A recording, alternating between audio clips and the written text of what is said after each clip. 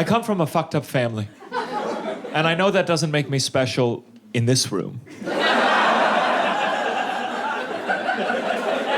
I imagine most of you come from fucked up families because think about it. People from healthy families, they're out there laughing with their friends. But no, not you. You needed a professional.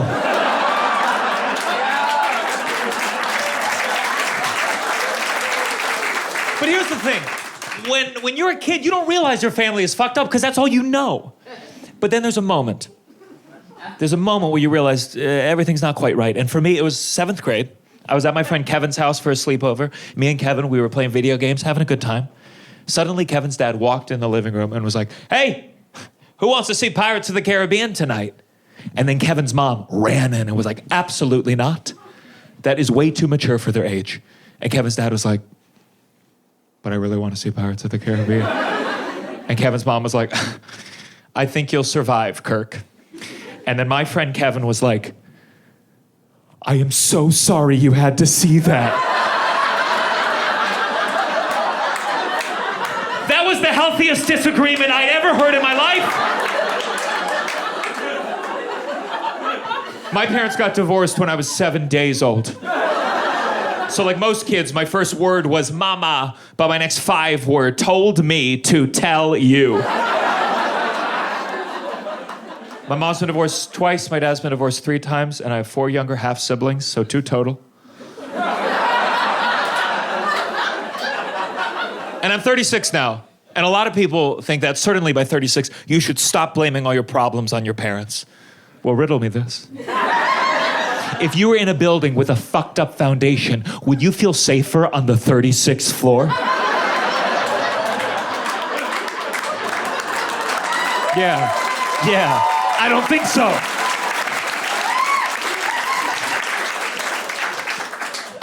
I had dinner last month with my ex-stepdad. There's not a convenient name for that relationship because it shouldn't exist. I don't know what's better, former stepdad, the dad who stepped down. I'm sure there's a German word for a man who used to fuck my mom. The only reason we still spend time together is because he pays for every meal, which technically makes him my sugar daddy, if anything. But it gets uncomfortable because the only thing we really have in common is a bad relationship with my mom. I remember once in high school, my stepdad was driving me. They must have just had a fight or something because he was like, oh, how do I make your mother happy? But at that age, the only thing I knew about women came from the internet. So I was like, I don't know. Have you tried spelling the alphabet with your tongue?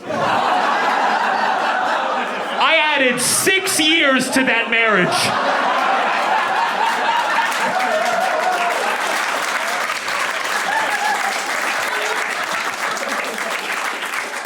But they're divorced now.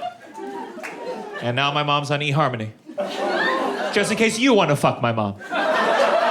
She went on a date with a guy recently. I asked her, how'd the date go? She was like, let's just say we're physically compatible. And I was like, let's just say fine next time. How about that? And then she asked me, how's your girlfriend? I was like, well, she's a squirter, but we're keeping afloat. 2 can play this game, mommy. My mom will only date men that are older than her. So she is swiftly running out of options.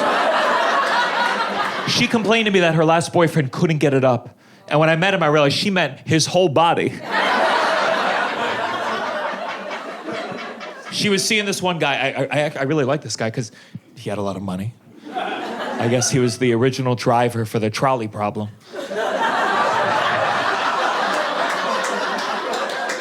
And the breakup's been very complicated because they adopted a dog together. This cute little dog named Reggie. And my mom told me they've decided that they're gonna try shared custody of the dog. And I told her, I said, I'm sure Reggie would prefer to be put down. But she said no, she said they're doing it for him. My mom said she noticed whenever she brought new men back to the apartment from dates or whatever, she noticed that Reggie would like get really anxious and uncomfortable. And so now she only goes on dates when Reggie is at his dad's house. And I was like, oh, if only I'd been a Pomeranian.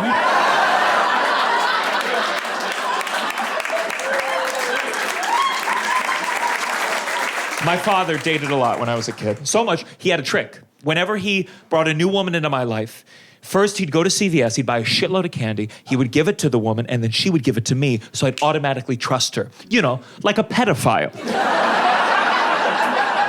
And it worked. I still get overly attached to women every Halloween. But then every relationship would end because my dad would cheat. He believed in what would now be called non-ethical non-monogamy. We didn't use those terms back then. Instead, he said, "She just went crazy, son." My father got remarried when I was a kid, and I was very close with my stepmom. Of course, we were so close in age. And it's not like we didn't stay in touch after the divorce, but a couple years ago, I was at a grocery store. I turned into the cereal aisle. There was my ex-stepmom picking out cereal with this little boy. And it felt like running into an ex-girlfriend.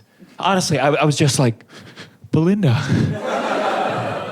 who the fuck is this?" And she said, "This is my son, Tommy." I was like, "Hey, buddy, does she still wear the macaroni necklace I made her for Mother's Day? Or were you just pretending it was beautiful so you could fuck my dad? I hope you like sloppy seconds, you little bitch."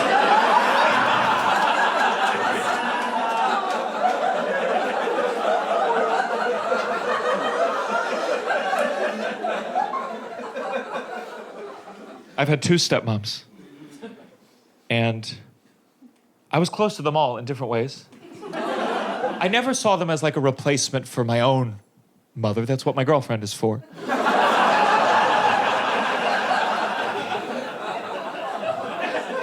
And I'm going to talk about my girlfriend tonight, but I do want to be careful because I think what happens with a lot of male comedians is they'll notice something about their girlfriend or their wife, and then when they're on stage, they act like that specific trait applies to the entire gender. So I just want to be clear that this next joke is about my girlfriend. And I don't want to use her real name, so let's just call her Women. Women, hear me out, please, please. Please. Women are Jewish, and mine is no exception to the rule. In fact, my girlfriend grew up in a Hasidic community. Do you know Hasids? There's a lot in New York with the hats and the sideburns. They're always on the train reading the Torah. Every time I see a Hasidic Jew reading the Torah, I go up to them. I'm like, "How have you not finished that yet? My God. Please get to the end before you buy the costume. You look insane." It's okay, I'm Jewish. I don't feel like I need to say that, but you know some people these days, they're like, "I don't see noses."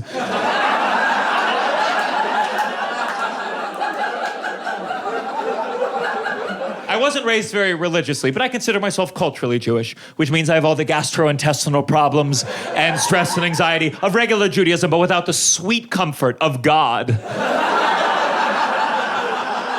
I once asked my mom, "What do you think happens when you die?" She said, "There's got to be something better than this shit."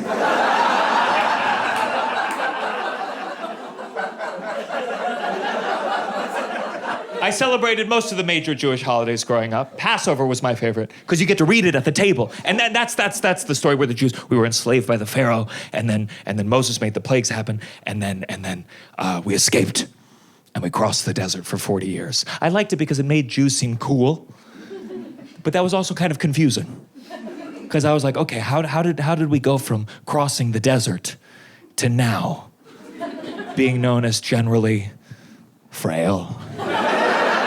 And I didn't know. I didn't understand until one day I went on vacation to Miami with my very Jewish girlfriend. And the moment we got to the beach, she was like, "It's like a desert out here." And I was like, "Oh my God. What if Jews have been exaggerating this entire fucking time?" We got stuck in traffic on the way there. My girlfriend was like, "Let my people go." The beach was a little crowded. She said, "There's like 6 million people here."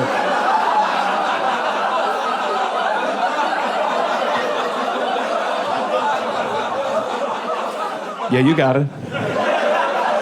You want cute jokes? Go see a Christian comedian. Jews have a dark sense of humor because when you're hiding in a closet from the Nazis, you can't be like, "Knock, knock."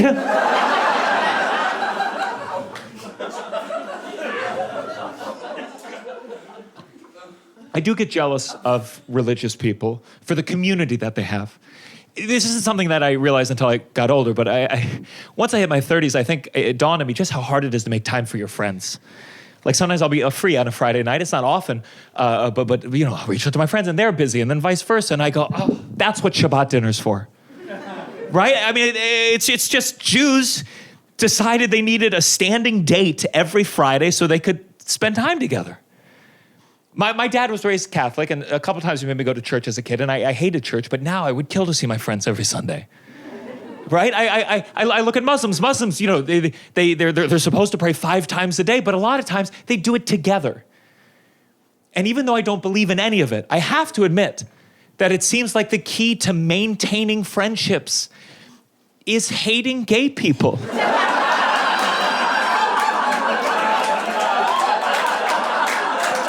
About it, to be perfectly clear.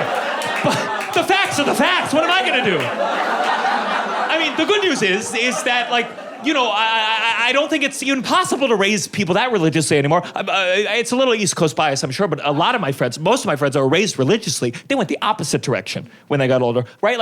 Like I would say that the friends of mine that were forced to dress up and go to church every single Sunday, those are the ones that are now like, you know, the militant atheists. Which is frankly why Christians need to stop with this whole like, we don't want our son to be gay, so we're gonna ban him from drag brunch. No, you idiot, you need to wake your son up every Sunday and be like, hey buddy, time to put on your heels. Up, turn around, young man, you're old enough to tuck yourself. I will be in the kitchen helping your mother serve.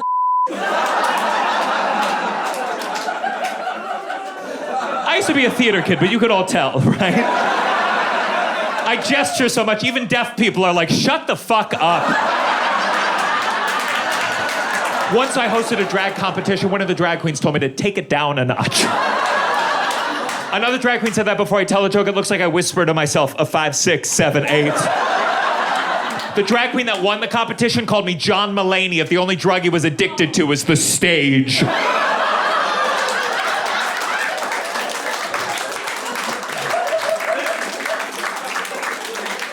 I went to college for musical theater, which is like having a PhD in imagination. My classes were called things like movement and voice and other things I had already studied as a baby. My only academic class was called Accounting for Actors, which was like regular accounting, but with a focus on negative numbers. The first lesson was how to file for unemployment.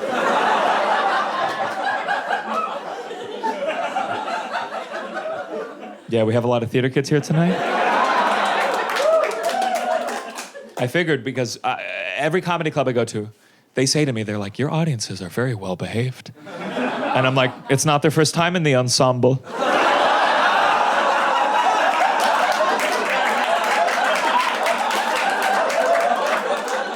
For those of you that are not theater kids, I'm what's known as a triple threat. Threat number 1, as you've already seen, I can act.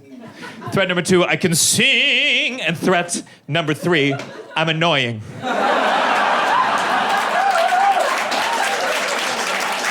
Thank you. That joke cost me $200,000. I've been an actor longer than I've been a comedian. I've shared the stage with some people who have gone on to become massive real estate agents. Me, I've had some parts here and there.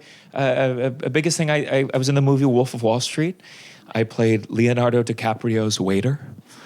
So to prepare for the role, I actually became a waiter for 12 years. It's called extra work. You know, that's where you're on screen, but you don't have any lines. You're like furniture, but with dreams. And I tried to enjoy it, but it's hard because it's like I've never been so close to everything I've ever wanted, yet further away. It would be like if the love of your life were on top of you, getting fucked by Leonardo DiCaprio.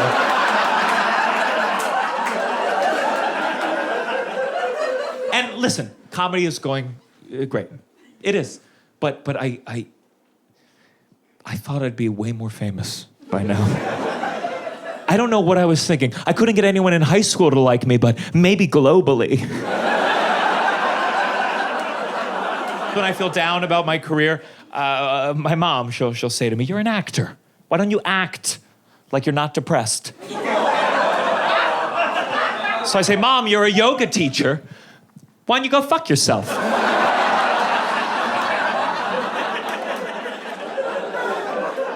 I have to be careful telling too many jokes about my mom because she still has all the pictures from my high school production of Arabian Nights. She could get me canceled with one Instagram post. If I ever go too far, she'll just type, "You'll always be my little Alibaba." There's a lot of pictures of me on Facebook from problematic high school productions, and I know I should delete them, but I want everyone to know I was the lead.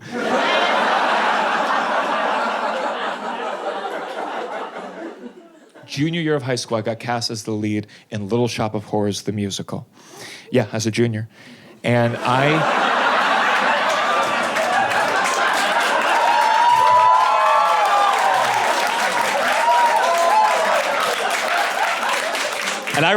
remember I walked out on opening night and I almost broke character because there in the third row were my divorced parents sitting next to each other. There was my father, his eyes red with tears, and my mom with this big bouquet of daffodils because she remembered my dad is allergic.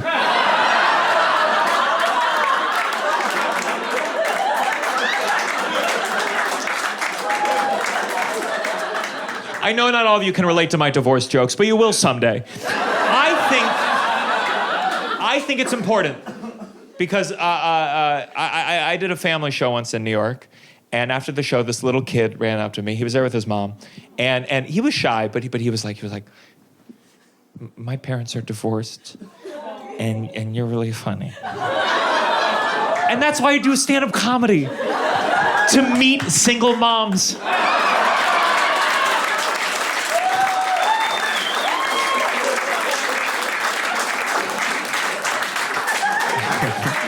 I know. Some guys like being called daddy in the bedroom. I prefer son.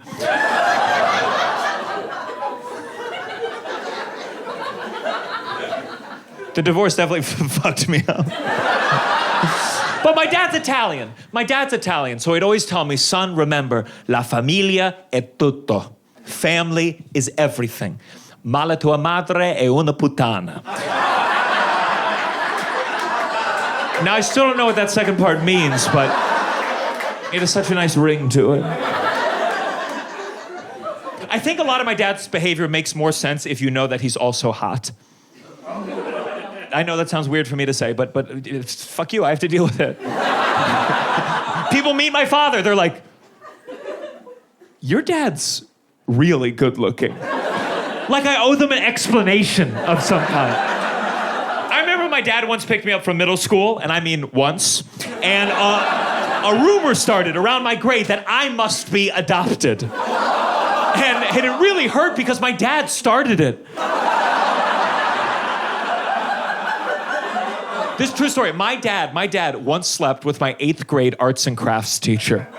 And I was so mad, because those grades don't matter.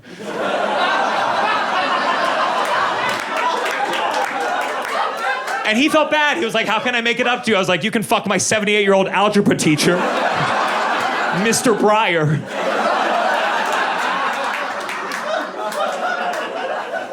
My dad's a legs guy. You know, with men, they say men are either like a legs guy, a butt guy, or a boobs guy. And I know it's offensive to minimize men like that. But if my dad sees a tall woman, he's like, "Son, she's got legs for days." Because that's the only way you can measure legs in this dumb fucking country of ours. Legs for feet sounds like a horror movie.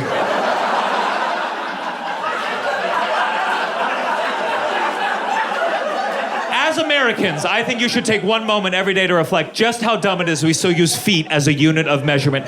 That's just some guy's foot once. But we still use it for very important things, except horses. If you don't know horses, measured in hands. That's right. Feet, hands. At some point, they must have tried. Yeah. They must have tried measuring things in cocks. I bet you they did, and I can tell you exactly what happened. No one could agree how long one cock should be. I'm sure at first they went with the average, that makes sense, but then the bottom half of men stormed the Capitol, and were like, what the fuck? My cock is only half a cock. This is not gonna stand. So then, they had to make the cock smaller and smaller until no man felt insecure, and that's how we got the centimeter.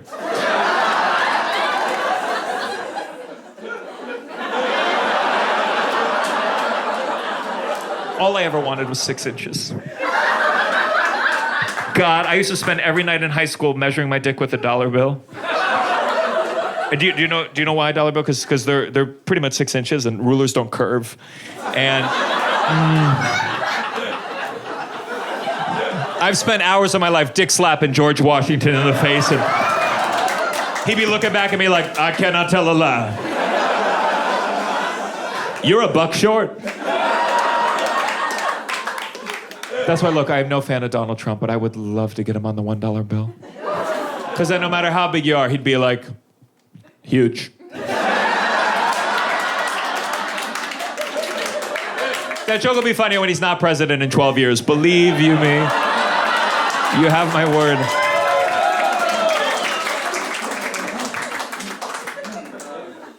I know I shouldn't compare myself to other people. You know that phrase, comparison is the thief of joy?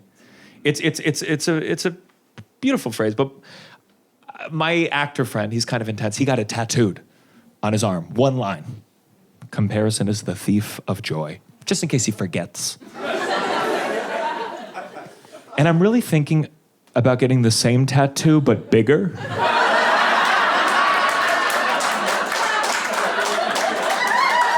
And if he gets mad at me, I'll be like, comparison is the thief of...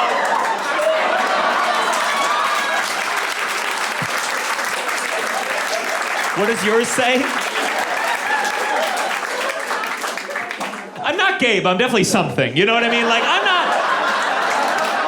saying we need to add a new term just for me, but there's no way I'm the same thing as Joe Rogan. That doesn't make sense to anyone in this room, right? God, I read Joe Rogan on his podcast. I guess he said there was some high school where there was a kid identifying as a cat, which is bullshit. I was Mr. Mistopheles for 1 semester.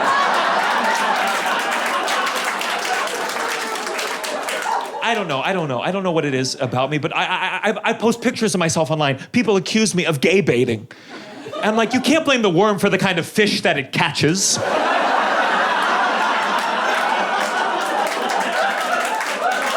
And let me tell you, it rubs some people the wrong way that I won't rub them the right way. Someone once commented on one of my videos, they said, we need to put a stop to this straggit. Have you heard that term? It's a straight agate. I was like, finally, a slur of my own.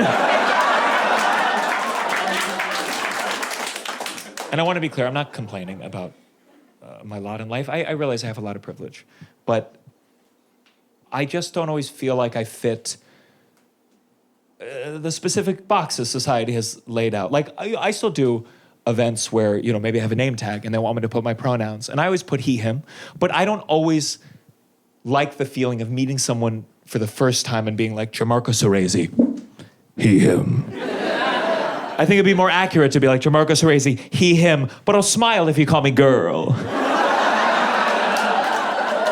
Gianmarco Soresi, he, him, but if we're fighting, I'm a bitch. Gianmarco Soresi, he, him, but if there's a shortage of lifeboats, I'm women and children.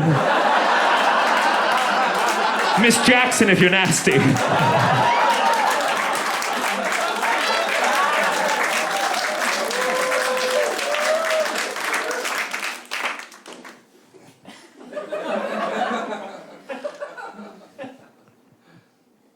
I found out I was straight in high school.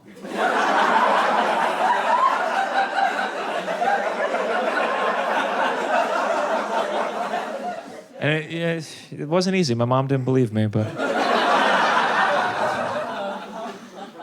I knew. I knew because I went to 6 musical theater sleepaway camps. And if you've never been to musical theater sleepaway camp, all the guys, they go in straight, come out gay. But no matter how many of these conversion camps I attended, I still wanted Liza Minnelli to sit on my face.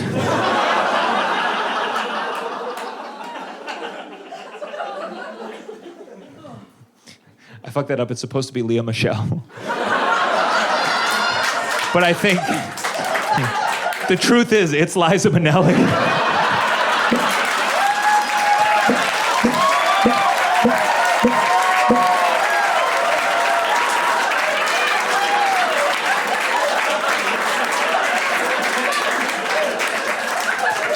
And sometimes guys will say to me, they're like, whoa, you're straight? You did musical theater? You must have cleaned up with the ladies, because less competition. Let me tell you something. Women looked at me in high school like sushi at 7-Eleven.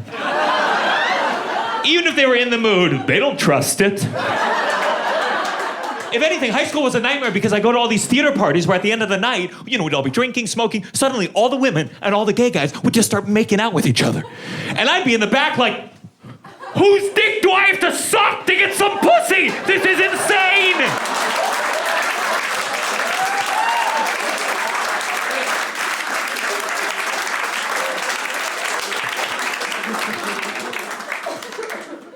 So I didn't get any action in high school until my 6th musical theater sleepaway camp. It was in New York City, and this one night, I was in my dorm room with these 2 guys. Just wait. This one guy, we're going to call him Steve. That's not his real name, but Steve is kind of famous now. And this story is about to get very sexual, so I don't want to reveal who it actually is until he's more famous. Now, Steve was the only other straight guy left at this program. It was a very good conversion camp called NYU.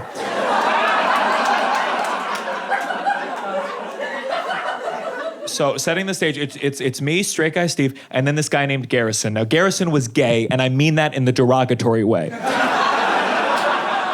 Garrison had actually come out of the closet before camp had started because he went to a Montessori school, where if you don't know, that's where all the kids are encouraged to try cocaine. So,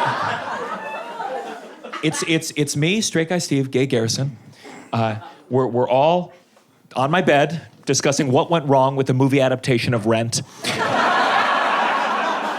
It was a mess, right? And then, out of nowhere, straight guy Steve starts unbuckling my cargo shorts. And I looked down, I was like, straight guy Steve? What are you doing down there? And he said, Gianmarco, I'm straight,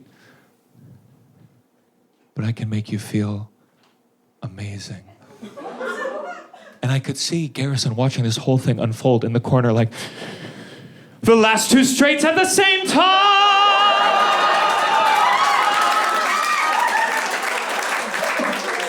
And it's not important what happened after that. But, okay, you want to know? He sucked my dick. And let me just say this. This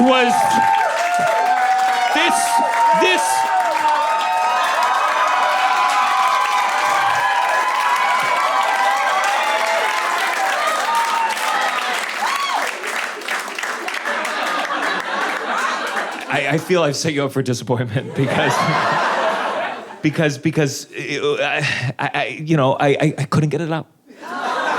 And let me tell you something. I mean, Steve was working, okay? I mean, it was clearly not his first blowjob, you know what I mean? Because he was using different techniques. He was using his hands. He was doing like regular, and then like the twisty, and then like rolling the snake, and mime, climbing a rope, Spider-Man, step team.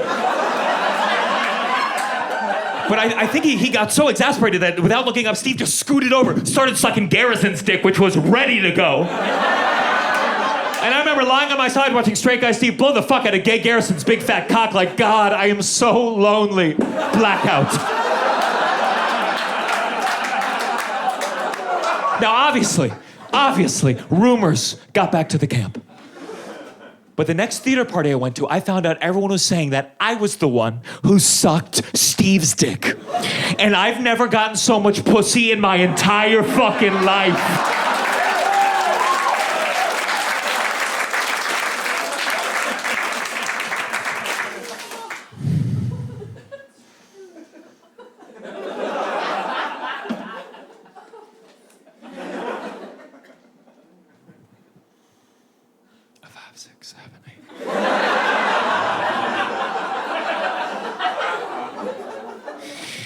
You ever try talking a friend out of killing themselves and realize you don't have any good arguments? Some of you brought them here tonight.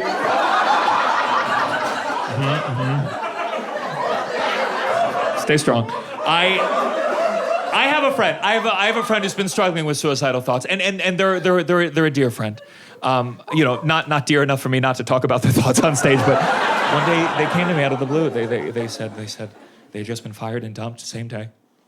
And they said, I'm miserable, I'm depressed, I'm broke, I hate my family, my dreams are never coming true. Why shouldn't I kill myself? And I was like,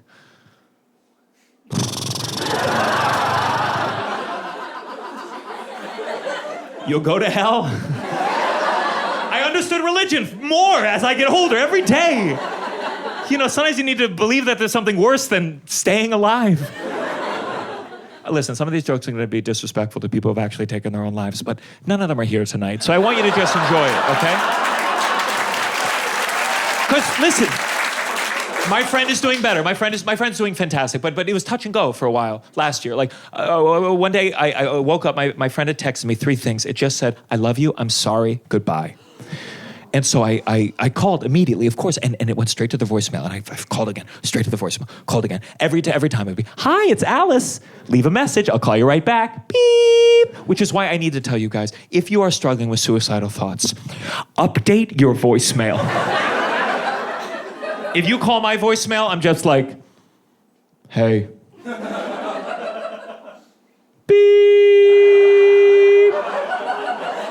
Let me tell you something my friends are never gonna say. We didn't know he was unhappy.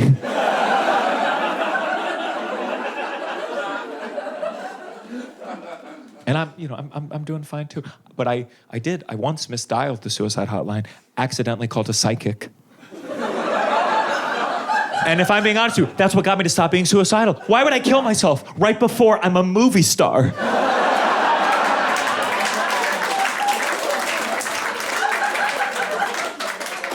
And it used to be easy to fuck up the number because the suicide hotline used to be 1-800-273-8255. But then they changed it. They changed it to make it easier to remember and dial. Now you can reach them by just dialing 988, which I think is great. Truly, I think that's great. But I would change it to 867-5309.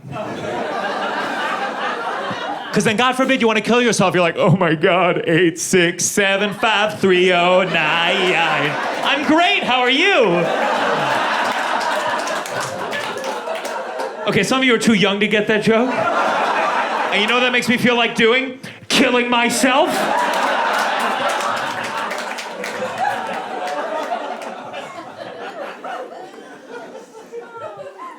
I keep wanting to lean, but this is very light, so it's like...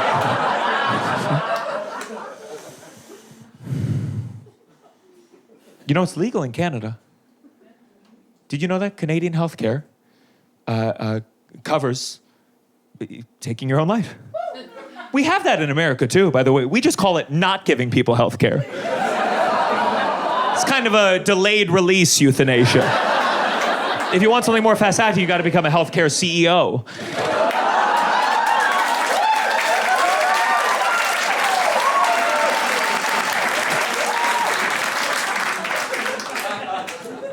I think we should formally legalize euthanasia in America. Not willy-nilly, of course. I think it should be like we do everything else, age-based. Truly, 18, you can vote. 21, you can drink. 38 and a half. Right? Let's give millennials something to look forward to. And by the way, that has a purpose. 38 and a half, double that, is pretty much the average American life expectancy. And I think it's fair to be like, you've seen half, do you want to continue? You guys are doing great with this, by the way. That was like, what, 12 suicide jokes in a row? If it's too much for you, try to think of it as one mass suicide joke.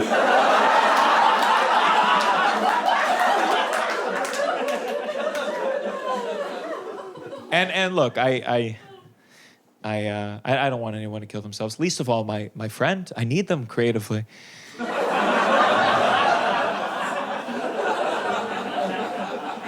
This is the friend who told me to become a stand-up comedian. We were both struggling actors together, and they said, you should try stand-up, you're funny. And I was like, I don't know how to tell jokes. And so they offered me this thing we've been doing for 10 years now. 10 years, my friend lets me call them once a week so I can run an hour of new jokes by them. So now they want to kill themselves. But it's a gift. I don't take it for granted. Sometimes I'll ask my girlfriend, I'm like, can I tell you some new jokes? And she's like, Alexa, set a timer for 2 minutes. She gets mad. She's like, why can't you ask me about my day? I'm like, baby, I'm sick of crowd work. Please. Fine. What do you do for work?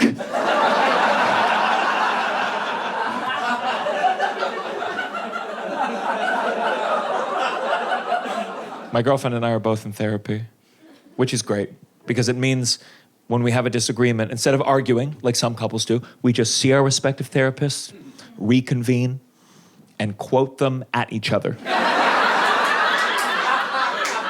She'll be like, my therapist says you prioritize work over spending quality time together. I'm like, okay, well, my therapist says she could beat the shit out of your therapist.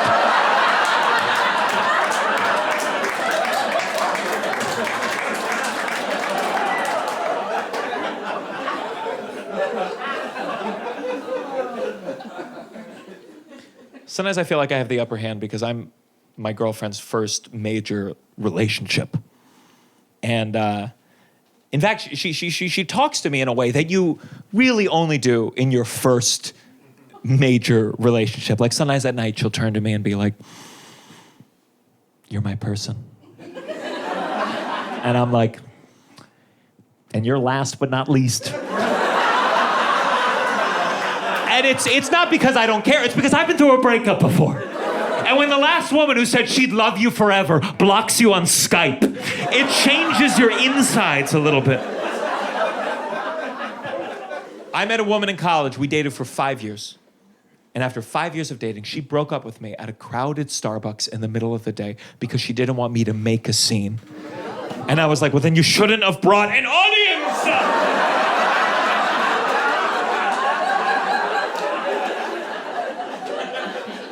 This happened in 2012, so it's still a little bit raw, but I was so desperate to win her back. I'm so young and dumb. I got a tattoo of the first letter of her name. If you can't see that, this is a cursive L for Laura. And it didn't work. She married someone else. And I have to tell every woman I date about my dead friend, Larry.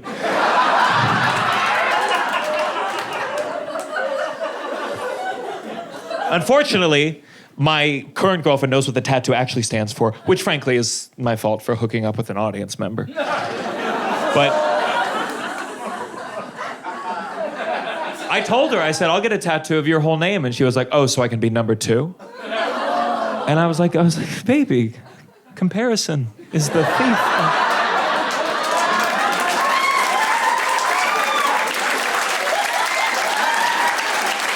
Thank you. She does not find any of this funny, by the way. I want you to know that. We got in a big fight about it. I think it was because we had our 4th anniversary last year, and I think something about that number for her, my girlfriend, she told me one night, she said, look, I've been thinking about it. If you don't make plans to get rid of that tattoo, or cover it up with whatever you want, I don't think we can stay together. And I was taken aback. I was like, baby, what about my Larry joke? She was not persuaded. So I decided to compromise. I told her, I said, okay, look, let me figure out a way where I can film a comedy special. Where I can tell all my jokes about the tattoo on film. And I promised her, if that doesn't win Laura back, I will get it removed the very next day.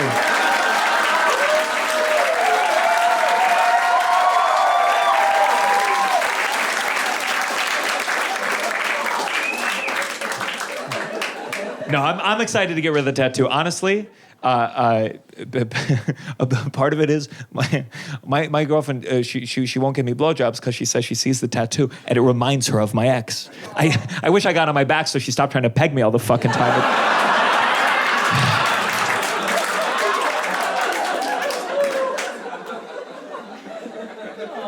She really does want to peg me. And by the way, I don't think it's to be nice. I think she's gonna be like, see, it's not fun when you do it that fast.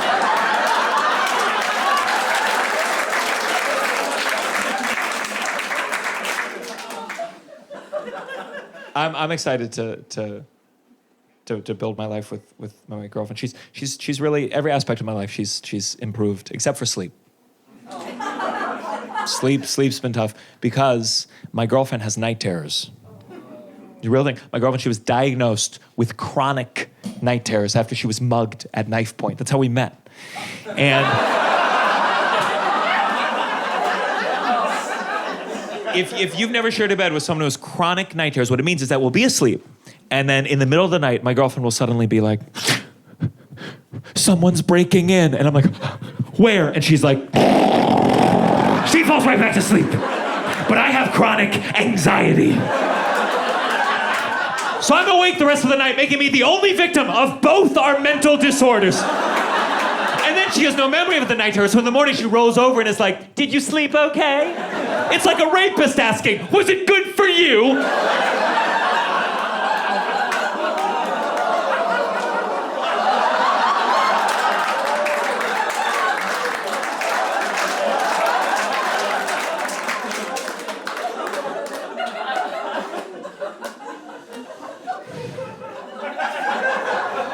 And she's been to doctors.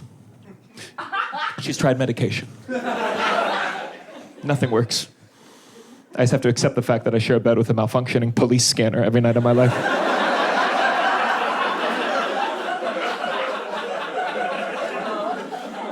And I've gotten pretty good over the years at kind of recognizing, oh, she's just having a night terror. And if I ignore it, usually she just falls right back to sleep on her own. But then once in the middle of the night, my girlfriend literally got out of the bed and started packing her things in a suitcase. Now, I looked at my phone. It was 4 a.m, so I was like, baby, you're having a night terror. And she was like, no, I just got a text that my dad is in the hospital.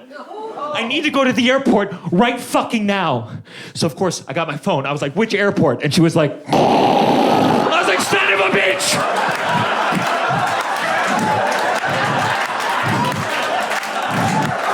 They're getting smarter.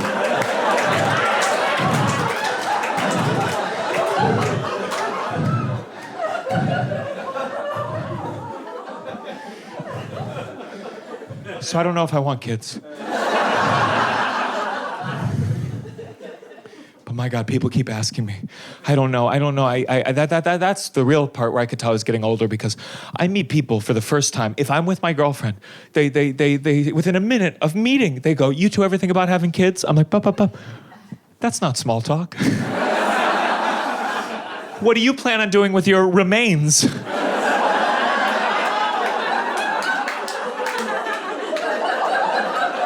And don't get me wrong, I want kids for social media purposes, of course. God, I make so many TikToks with those little shits. They'd be begging to work in the mines. But I don't know, asking me about kids, it feels theoretical, because I live in New York, I work in entertainment, I don't have friends that have kids, I don't really work with kids, so it's like asking me if I want a kangaroo. Yeah, I'm familiar, but I wouldn't know how to hit it.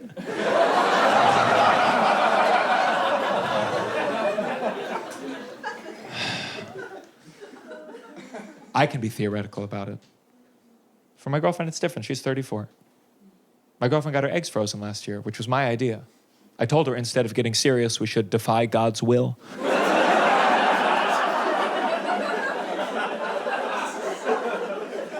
And I went with her to the consultation, and the doctor, he showed us this laundry list of injections she would need to get. And I care about her. I said, are there any side effects, all these shots? And he said, worst case scenario, it's like PMS times 10. And I was like, I didn't know that was a unit of measurement too. I said, why, doc, why? And he said, well, because once a day she's gonna need to get a full injection of estrogen.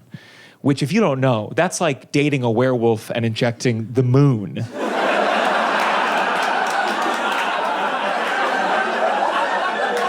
And then there's more shots to make the eggs bigger, and you got to time it with the cycles, and there's a surgery. I had no idea how many scientific miracles it took for a woman to have a career.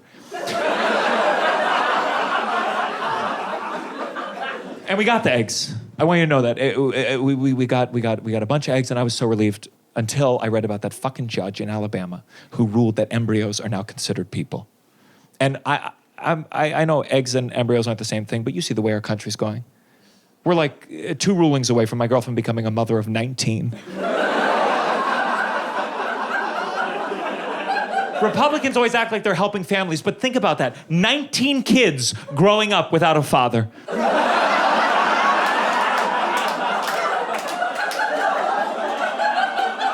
I think the more you zoom in on the pro-life philosophy, the more insane it is.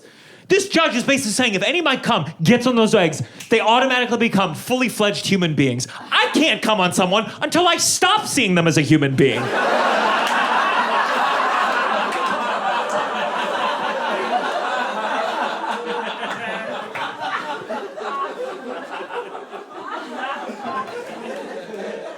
It's crazy.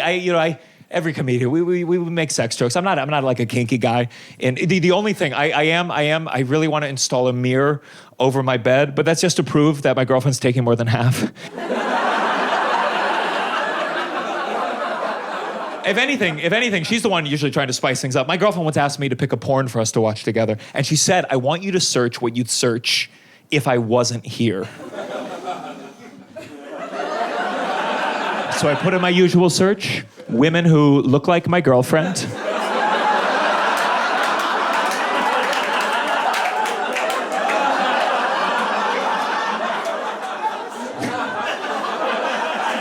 I've been watching porn a long time. And not just today.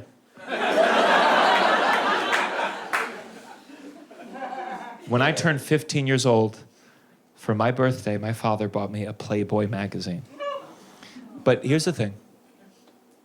I already had the internet. So I had to pretend like I was impressed. I was like, oh, wow, Dad. Boobs. I seen a man get by a horse, okay? So get these still titties out of my face. Mr. Hands, Mr. Hands, Mr. Hands, yes. God, that video almost made me believe in God. Because when I saw that horse, that man, I was like, this is not what he intended. It's, all of you, really. That's what we did back in middle school. We'd be like, hey, you want to come to my house and watch a crime in the computer room? Because it's a crime. It's a crime. It's a crime. It is illegal to have sex with animals because animals can't consent. However, if I was that guy's lawyer, I would have been like, Your Honor, you can lead a horse to water. You can't make it my client in the end.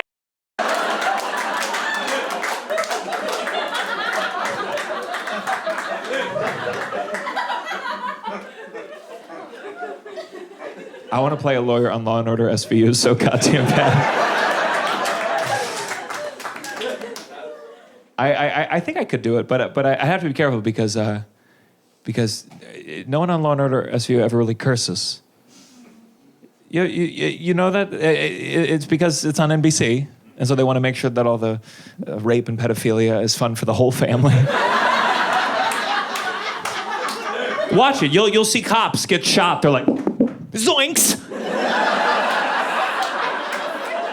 You'll see some guy get like busted for child porn. He's like, ay, ay, ay. I saw an episode of Law & Order SVU. There was this guy. He was taking out the trash. And when he got to the dumpster, there was a dead body. Hanging like this, okay? And I swear to God, this was the whole scene. Ready? Okay. End scene.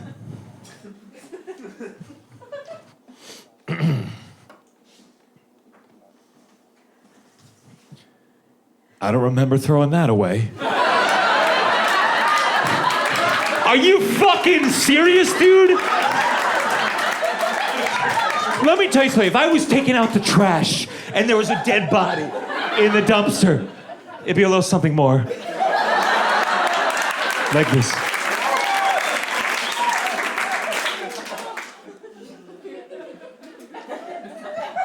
Doop-a-doop-a-doop-a-doop-a-doop-a-doop. Oh, fuck. Oh my God. Oh my God. Oh shit. Is it fucking dripping? Shit. Oh no, did it get in the fucking stairs? Fuck, dude! Why'd you buy the cheap fucking trash? Oh my God, did you get my fucking shoes? Fuck! God damn it, son of a bitch! I don't remember throwing that away.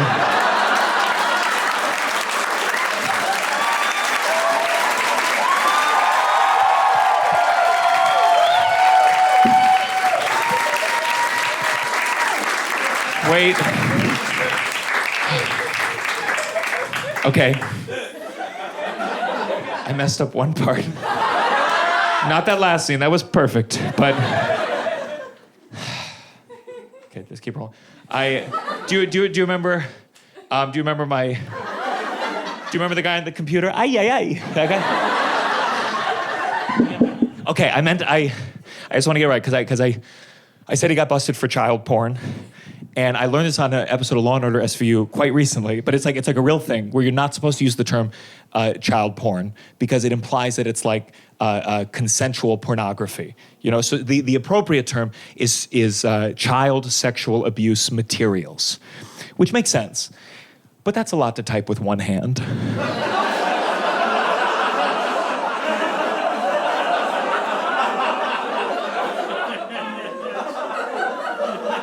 The last time I told that joke, I got an email 15 minutes after the show. And this one woman simply wrote, "There's nothing funny about child porn." And I was like, what the fuck did I just tell you about that phrase?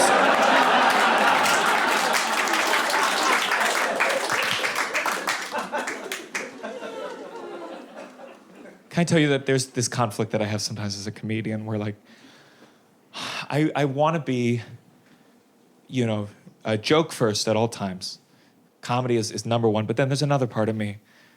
And it's been there since I've been a young man growing up in DC where I'm just like, I want everyone to know how progressive I am.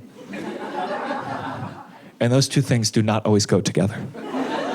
Because I think, certainly today, a big part of being progressive has to do with language. You want to use updated language and terminology because you want to be sensitive to other people's feelings. And that's not funny. And I'll be honest with you, I'm not always willing to sacrifice the bigger laugh for the greater good. I have a joke that I'm going to say later tonight.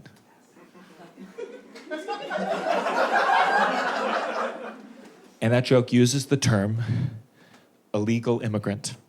And listen, I've had progressive friends whom I respect that have pulled me aside and they say, hey, you should reconsider that. It's a hurtful phrase. It implies that someone's existence is illegal. The appropriate term, the sensitive term, the kind term, the true term is undocumented immigrant. And I listen to them. I'm not an asshole about this stuff. I changed it. I went around the country and Canada and Australia using the term undocumented immigrant. And you know what happened? Stopped getting laughs.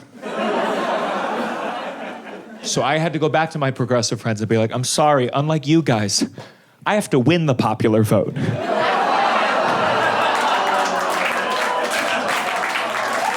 Look, my jokes are leftist, but they're disguised in centrist language because they need to work outside California.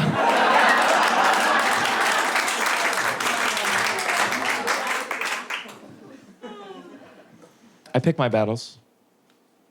Like every time there was an election where it was possible, I would try so hard to get my dad to vote for Bernie Sanders. And every time he'd say the same thing. You know who else supported universal health care? You know who else supported Medicare for all? Adolf Hitler. And I was like, not for everybody.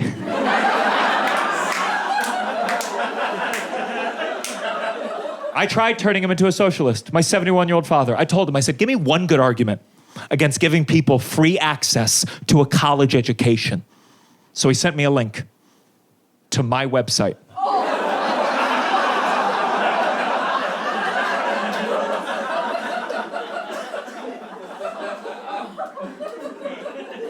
I know I talk about my dad too much on stage, but I think it's because I feel like if I can get you guys to understand who my father truly is, then maybe you'll understand just how well I'm doing considering the circumstances. But it can be tough because I'm sure you know it takes a lot of time to write jokes. So it's like, you know when you see a star in the sky, not to compare, but you know how you're not seeing the star as it is right now? Like you're seeing it light years in the past, and that's how long it took for the light to reach us. That's what it's like with stand-up comedy. I talk about things like they happened recently, but in real life, I've completely imploded.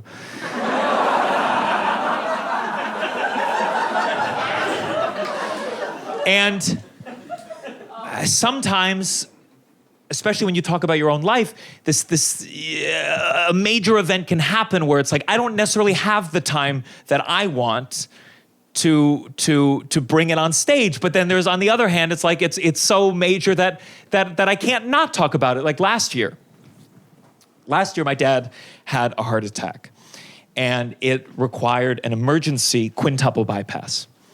And it's extremely serious situation. So he called me. There was some space before the surgery, like pretty much 24 hours, and he said he wanted me to come down so we could go over his will and testament.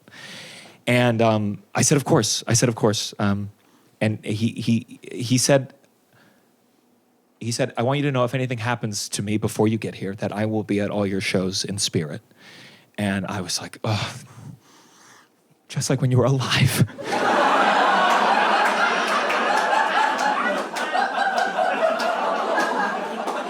So I bought the next plane ticket available. It was very expensive, but I said, fuck it, it's an emergency. I sent my dad a Venmo request. And I went alone.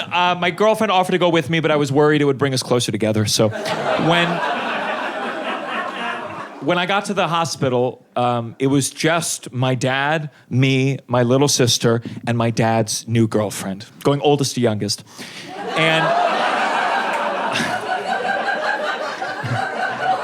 And believe me, I've already had this conversation with him. And my father, he says to me, he says, son, you don't understand. When I date women my age, it reminds me of my mortality. And I said, okay, when I see the women you date, it reminds me of Jeffrey Epstein. And by the way, the reason my dad invited me down, it wasn't some like beautiful kumbaya moment. I think it's because this all happened so fast. He didn't have time to reach out to his lawyer. So he wanted to verbally, he filmed it on his phone. He wanted to like announce to the family that he would now be leaving a third of his estate to this new girlfriend that none of us had ever met. And I could tell my sister was mad, so I whispered to her. I was like, now you know how I felt when you were born. But she was not in a giggly mood. My little sister is normally quite a soft-spoken. She stormed out of the room. I followed her into the hallway because she was screaming. She was like, that woman's a bitch! That woman's a gold digger! She only likes him for his money! And I was like, as opposed to what? His rockin' bod? I'm her older brother, so I had to explain to her, sweetheart, our dad is 71 years old, okay? If you suck a 71-year-old's dick,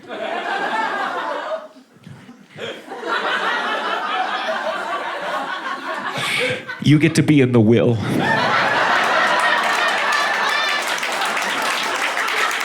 It's called capitalism, sweetheart. What are we doing? Calling once a week? She is putting in the hard labor. Gold diggers are like illegal immigrants. Everyone gets mad at them, but they're not taking the jobs any of us want to do.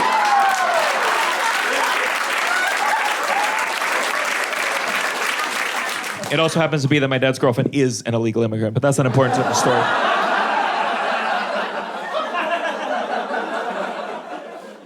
So, we got back to the room, and just in time, because they were prepping my dad for the surgery, and this is a major surgery. There's multiple doctors and nurses, and amidst all the computers and wires, I was barely able to give my dad's hand one last squeeze to remind him of the Venmo, and I could tell that my dad was very scared, because he said to me, "Son, would you do me a favor? Tell your mom I'm sorry." And when he said that, hand to God, my mom was calling my phone. And I was like, "Oh my God, Dad. You could tell her yourself."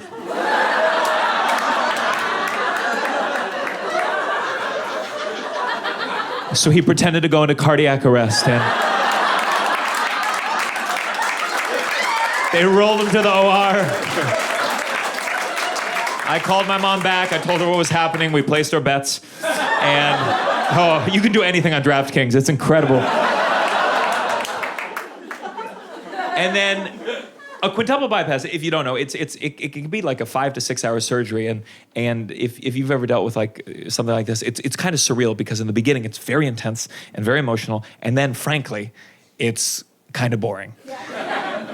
So after it was all kind of like, okay, everything's on track, my sister, she kind of went and got breakfast, and I manned the fort, and then she came back, and I thought, she wasn't quite ready for it, but I decided to bring my dad's new girlfriend out to lunch, and I brought her to like a really nice steakhouse that my dad brought me when I was her age, and I told her, I said, "Get a filet mignon, get a lobster, it's on me." Thank God she just wanted butter noodles, and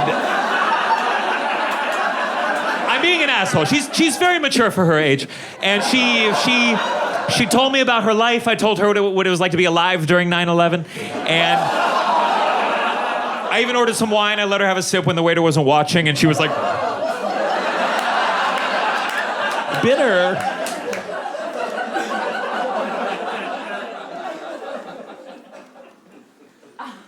And then I went to pay at the end of this meal.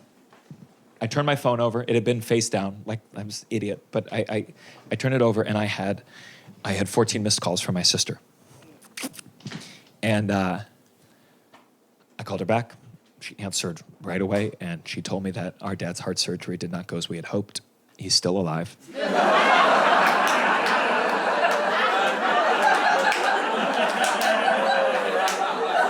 When we got back to the hospital, the doctor had a big smile on his face, that smug son of a bitch, and I could tell my dad was feeling better, because his first words were, "Tell your mom I take it back." And then the doctor told me, the surgery was so successful, he said, when your dad's fully recovered, he's gonna feel like he's back in his 50s. And I was like, "Do you know what that means?" "Doctor, that means there's a chance in this hospital, someone is delivering his next girlfriend."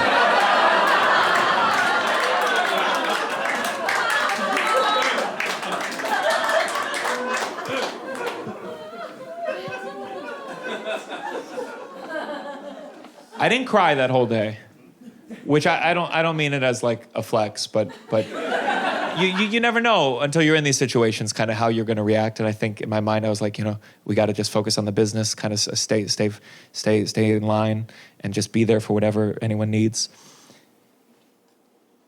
But then at the end, as we were like just waiting for my dad to feel good enough that he could leave the hospital, the nurse brought me and my sister an iPad that was playing an industrial of like a video showing. It was like showing it was like a family showing how to take care of a dad after heart surgery. And so they're showing how to like put him into the wheelchair, and then you get to the wheelchair to the car. And there's this one scene at the end where the son in the video is showing how to put the seatbelt over the post-op pillow, this like big heart-shaped pillow actually. And in this scene, I mean, he's practically hugging his dad like as he buckles him in. And it was that part that my sister, she turned to me, she was like, "Oh my God, are you crying?" And I was. because I had auditioned to play the son.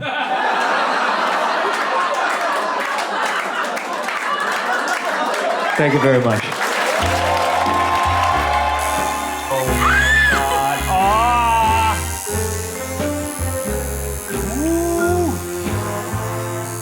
I only wanna dance with you. When I know my heart is blue, don't want my kicks from someone else. Can't watch the sunrise all by myself. Okay.